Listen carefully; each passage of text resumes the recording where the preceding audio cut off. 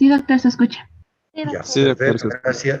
Hablamos de los tumores de partes blandas, o hemos hablado de las partes blandas, y hoy entramos a hablar de estos tumores de partes duras, ¿no? Nos vamos a referir a huesos, cartílago, etcétera, ¿no? Clínicamente estos tumores son destructivos, ¿no? Destruyen, ¿no? Destruyen las partes, destruyen la mandíbula, destruyen, qué sé yo, destruyen, que siguen ingresando.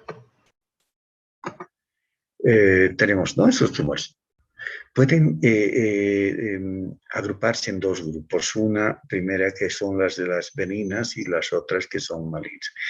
Si hablamos de las benignas, hablamos del torus palatino, de la exostosis, del osteoma, del fibroma cementificante, ¿no? O fibroma cemento-osificante, las lesiones de células gigantes, el quiste óseo aneurismático, el quiste óseo traumático, histiocitosis de Langerhans, ¿no?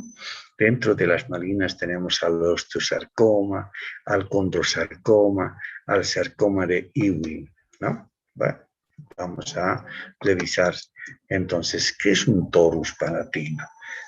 Tengo una imagen y vean ustedes, esto es lo que ustedes van a observar en la clínica. De pronto ahí, le dicen que abra la boca al paciente y van a ver esto. Miren, en el paladar duro, ustedes palpan y ven que es una lesión excrescente, muy dura, unida al hueso, ¿no? Esto es un torus palatino, toros o torus palatino, ¿no?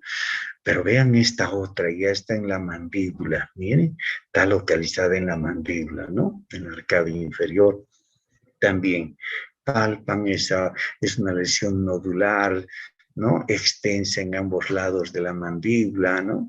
Está cursando el tercio medio acá, ¿no? Con la nodulación tumoral. Esta es un torus, ¿no? ¿Qué es un torus? Es una lesión nodular excrescente del hueso, denso, que se localiza a nivel de la línea media del palatino. Se llama torus palatino. O en la superficie lingual o mandibular, en la región del canino o premolar. Acá se denomina torus mandibular. Creo que se presenta en jóvenes. Creo que está de más mostrarles estas dos imágenes. En la línea media del palatino, ¿no? Miren, es una lesión nodular excrescente que está creciendo, ¿no? Hacia la cavidad oral, ¿no? Palpan, es duro. Si ven esta lesión, te dirán, esto es un torus palatino. Si ven que está en la región de la arcada inferior, ¿no? ¿No? Vean acá en la mandíbula, ¿no? Ven esta lesión y dirán, esto es un torus mandibular.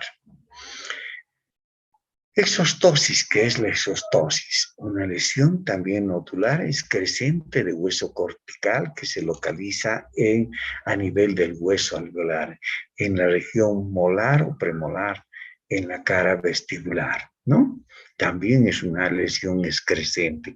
Es como que si el periosto estuviera creciendo como una especie de una verruga, pero es de hueso, ¿no? Esta es la exostosis. Miren por acá una exostosis. El hueso, ¿no? Está creciendo para afuera, ¿no? Uno ve esto como si fuera una verruga, pero es durísima, durísima. Uno dice que está recubierto por mucosa, pero cuando uno ve esto y palpa y dice, no, esto parece una exostosis. Que es, el tratamiento ha de ser eminentemente quirúrgico, una cirugía plástica para darle de alguna manera esa calidad de vida, ¿no? Porque son pacientes que tienen problemas con la masticación, y siento que hay algo, un cuerpo extraño en esa parte y cada vez está creciendo. Probablemente no les duela y al final sí se complica, ¿no? Aquí tenemos ahora de un osteoma. ¿Qué es un osteoma? Una lesión nodular prominente del hueso cortical. Siguen ingresando los muchachos. No puedo hacer nada, están uniéndose. Lesión nodular prominente del hueso cortical, denso, que se localiza dentro y crece hacia afuera tanto en la mandíbula o el maxilar. Si son múltiples, sospechar en una enfermedad de Gardner o un síndrome de Gardner, ¿no? Los osteomas. La localización distinta de las anteriores. Existen variedades como dice, el osteoma osteoide, que generalmente mide menos de 2 centímetros, el osteoma u osteoblastoma, menos de 2 centímetros, hacer un diagnóstico diferencial con el cementoblastoma, que justamente lo hemos revisado en el transcurso de estas 2 semanas, ¿no? Que generalmente es mayor a 2 centímetros de diámetro.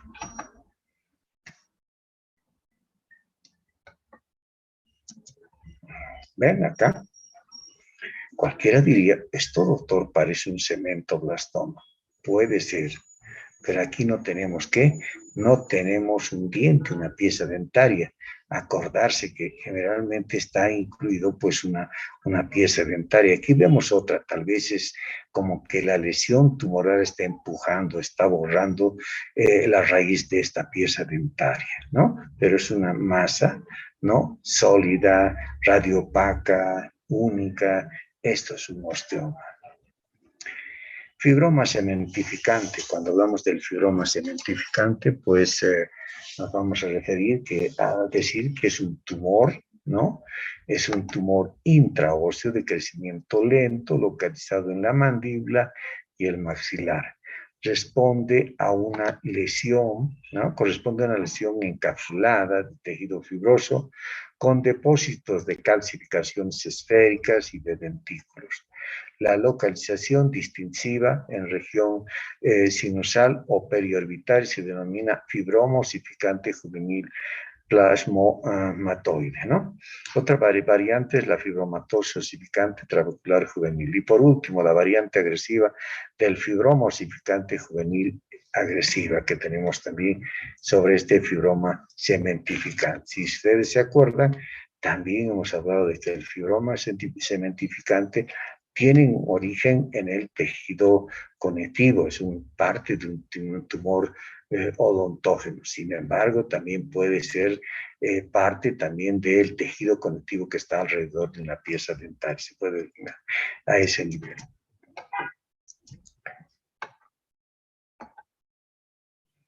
¿Ven? Aquí hay una lesión, ¿no? Y la característica, hay un tejido fibroso proliferado y hay unas áreas de depósito de cemento, ¿no? Un fibroma cementificante, ¿no? Lesiones de las células gigantes. También se pueden presentar tumores que contengan células gigantes o lesiones con células gigantes. Sí, estas son el granuloma periférico de células gigantes, el granuloma central de células gigantes, el quiste óseo aneurismático, el quiste óseo traumático, el tumor pardo, el del hiperparatiroidismo y el querubismo. Se pueden presentar en la boca todas estas lesiones. Ojo, cada una de estas pues va a presentar en su constitución, en su pared, en su estructura histológica, la presencia de células gigantes. Les vuelvo a reiterar, lesiones de células gigantes en el granuloma periférico, en el granuloma central, en el quiste óseo aneurismático, en el quiste óseo traumático, en el tumor pardo, en el querubismo. Granuloma periférico de células gigantes. Tiene una localización, ¿no? Extraósea, frecuente en maxilar, en la región de la encía o el reborde alveolar. Afecta más a mujeres en la tercera década de la vida. Y aquí estamos observando ese tumor, ¿no? Que parece un tejido de reparación, un granuloma reparativo. Pero aquí empiezan a emerger, a aparecer estas células gigantes, ¿no? Vemos dónde está, esta es una pieza dentaria y estamos viendo que está justamente alrededor de esa pieza dentaria presentándose este tumor, ¿no? Entonces, observamos que esto corresponde a un tumor, a un granuloma periférico de células gigantes. Afecta más a mujeres de la tercera década. Por encima de esta, pues hay que sospechar de que sea un tumor o un granuloma periférico de células gigantes. Granuloma central. ¿no? Tiene una localización más intraósea, frecuentemente en la región mandibular y maxilar. En la región de la encía afecta más a mujeres en la primera y segunda década de la vida, ¿no? Estamos viendo que es frecuente en más la región en la encía o el reborde alveolar, el granuloma periférico de células gigantes. O sea, está bien relacionado con la pieza dentaria. Estamos viendo que acá más bien está ya en el hueso mismo, ¿no? En la región mandibular o maxilar, en la región de la encía, pero más localizado en hueso, es más central. Por eso se denomina central o granuloma central de células gigantes. Afecta más a mujeres en la primera y segunda década de la vida. La localización, en este caso, del quiste óseo neurismático, es como que si al hueso le hubieran hecho un orificio, una cavidad, ¿no? Una cavidad llena de sangre, ¿no? Miren el quiste óseo aneurismático. La localización es intraósea, frecuente en la región posterior de la mandíbula y el maxilar, ¿no? Las células gigantes se disponen alrededor de las cavidades quísticas llenas de sangre, ¿no? Cuando yo les hablo de aneurisma, no es nada más que la dilatación de un vaso sanguíneo. Pero ¿qué pasa acá? Simula como que si un vaso sanguíneo o muchos vasos sanguíneos se hubieran dilatado y empiezan a ocupar esa región ósea de la mandíbula o del maxilar, ¿no? Y las células gigantes están alrededor en esa pared de este quiste óseo aneurismático. Esta lesión suele asociarse a otras como el hemangioma intraóseo, afecta indistintamente en varones o mujeres en la primera y segunda década de la vida, ¿no? 20% recidiva. En estos casos es una cirugía amplia que tienen que hacer el cirujano maxilofacial tiene que hacer una limpieza total, extraer toda esa pared de este quiste. Igual como nos hablaron los quistes odontógenos, si dejamos un fragmento de esa pared, probablemente vuelva a recidivar. Y aquí dice, un 20% de estos tumores pueden recidivar. Aquí tenemos la pared, ¿no? La pared del quiste con algunas células gigantes y la pared con hemorragia, sangrado, pero esto está dentro de el macizo facial, ¿no? Perdón, del macizo óseo, ¿no? Ya sea de la mandíbula, del maxilar, ¿no? Ahí se puede presentar, es como un espacio, una cavidad que se ha abierto ahí en el macizo óseo. Quiste óseo traumático también tiene una localización intraósea frecuente en la región mandibular. También se denomina quiste óseo simple o quiste óseo hemorrágico. Tiene una capa de tejido conectivo con depósitos de hemosiderina y escasas células gigantes que se disponen alrededor de cavidades quísticas vacías o con escaso contenido serosanguinolento. Se parece al mismo, pero aquí hay un antecedente de trauma, ¿no? Por eso se dice quiste óseo traumático. Los pacientes vienen y dicen, no sé, he tenido un trauma o me han hecho una exodoncia, me han hecho un tratamiento del tercer molar, una muela del juicio o un molar retenido, y desde esa vez, pues estoy así, un poquito, no me dolía, he estado 3, 4, 5 meses, pero estoy viendo que me duele, siento que hay algo adentro. Se va a hacer, tomar una placa radiográfica y dice, hay un quiste. ¿Qué puede ser? ¿No será un quiste dentígero o un queratoquiste que no se han percatado mucho más antes, no le han hecho un tratamiento adecuado en su debido tiempo? Probablemente sí o probablemente no. Entonces, lo que hace el médico dice, haremos una tomografía, pues le tomaremos una placa para llegar a determinar la naturaleza de este quiste. Hay un antecedente de un quiste dentígeno o hay un antecedente de un diente retenido, un molar retenido, etcétera. Probablemente sea o no sea, pero hay que determinar cuál es la naturaleza. Una vez que ya han determinado dónde está exactamente, qué grado de lesión está causando en el hueso, pues se disponen a hacer la denominada biopsia intraoperatoria. Entra el cirujano maxilofacial, nos envía un fragmento del tejido y pues nosotros tenemos que decirle, en esta pared de tejido conectivo encontramos células gigantes, ¿no? Restos de hemosiderina, pigmento de hemosiderina localizados en esa pared, y con esto el cirujano maxilofacial pues dice, no, estoy frente a un quiste osteotraumático. Igual tiene que hacer un tratamiento, un curetaje, una cirugía para eliminar esa pared, pues y el quiste tranquilamente desaparece, ¿no? Histiocitos de Langerhans. En esta histiocitos, como su nombre lo está indicando, hay histiocitos, ¿no? Que están localizados ahí en esa cavidad, ¿no?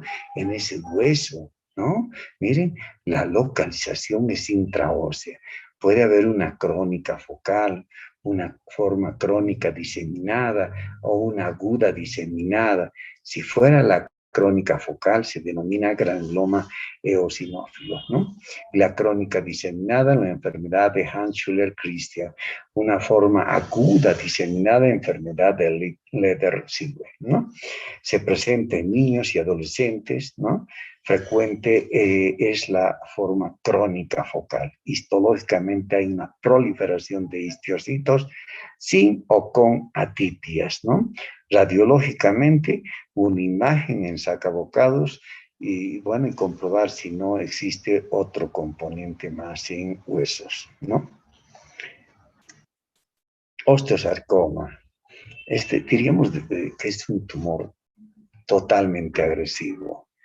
Hemos tenido el año pasado la mala suerte de ver 2 casos de osteosarcoma, ¿no? En hueso. Le han sacado una parte de la mandíbula y después de unos 3 meses volvió el paciente y pues le han retirado la mitad de la mandíbula y el pronóstico es fatal, ¿no? Le han puesto algunas placas artificiales, ¿no? Le han hecho de titanio, una semimandíbula por lo menos para que pueda digerir o para que pueda alimentarse, ¿no? Pero se perdió el paciente a los 5 o 6 meses, seguramente que ha muerto el paciente, ¿no? Pero ya saben, le sacaron un pedazo de 1,5 centímetros de tumor, nos envían a patología, estudiamos y vemos este es un tumor muy agresivo, maldito, y después de, bueno, le han hecho todo, así como quimioterapia, han intentado todo, pero ya sabemos que los sarcomas son resistentes a todo, ¿no? Entonces, si en la cirugía no han logrado limpiar o el tumor estaba muy amplio, lo lamentamos porque tiene un mal pronóstico. El paciente estuvo 2 meses, creo, nuevamente entró a otra segunda cirugía, trataron de sacaron ya la mitad de la mandíbula, y después no sabemos qué es lo que pasó, seguramente que murió el paciente. Debía ser metástasis a pulmón, a hígado o a cerebro, tal vez, y el paciente ha muerto, ¿no? Tenemos variantes histológicas de osteosarcoma. Tenemos al osteosarcoma osteoblástico, al condroblástico, al telangiectásico. Se presenta en niños y adolescentes. Histológicamente hay una proliferación de osteoblastos con áreas sarcomatoides atípicos, formando en sitios osteoide. A veces forman lagunas sanguíneas con células gigantes. Radiológicamente una imagen en el sol naciente. No se olviden de este hallazgo radiológico que de alguna manera ya nos evoca el diagnóstico que estamos frente a un tumor que se denomina osteosarcoma. Se llama imagen en sol naciente o a veces formando el triángulo de Kottmann. Son 2, por decirles, 2 lesiones, 2 atisbos, 2 formas de valorar una placa radiográfica, y si vemos una imagen en sol naciente o el triángulo de Kottmann, diríamos, estamos frente a un osteosarcoma. Vemos acá, miren, como el tumor, miren, parece como si que el sol estuviera naciendo y fueran los rayos del sol. Miren acá los rayos del sol. Esta es la imagen en sol naciente. Pues cuando tenemos esta imagen decimos, este tumor pues corresponde a un osteosarcoma, ¿no? Miren, este es un osteosarcoma. Estamos en la arcada superior, miren, y ahí se pues, presentó el tumor, ¿no? Es un osteosarcoma.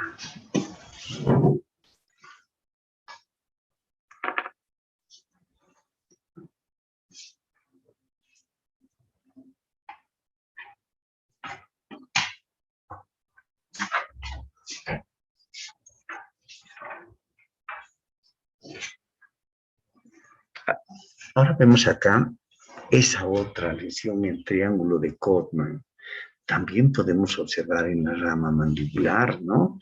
Miren, es como que este es el periósteo, este es el hueso mismo, y miren cómo acá el tumor ha crecido, obviamente es un tumor blando, ¿no? Con espículas de hueso, pero este tumor levanta el periósteo y hace este triángulo, vean, este triángulo conformado por hueso, ¿no? En este lado el periósteo y en esa parte interna, pues es el tumor que está levantando.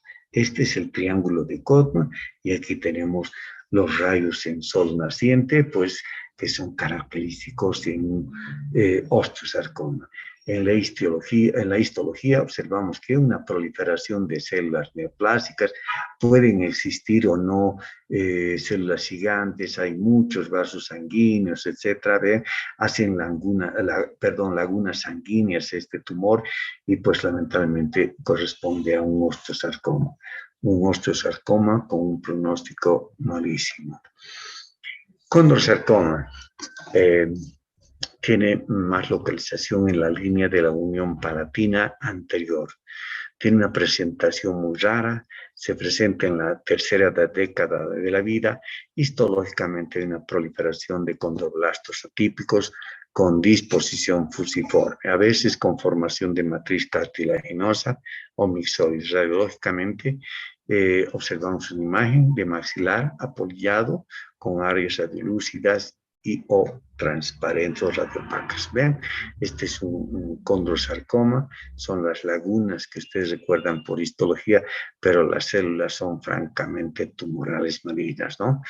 Células redondas, hay otras fusadas, con una cromatina grumosa, hay una variedad de elementos celulares en cuanto a su forma. Hay un pleomorfismo nuclear, pleomorfismo celular, diferentes formas, tamaño, que corresponde a un condrosarcoma. También es frecuente. Yo diría que después del osteosarcoma sí lo es. Se ve muy poco, pero pues está presente en la patología de la cavidad oral. Y con eso quiero decirles muchas gracias. Nos vemos el día miércoles, donde les voy a hacer una retroalimentación, les voy a dar una retroalimentación del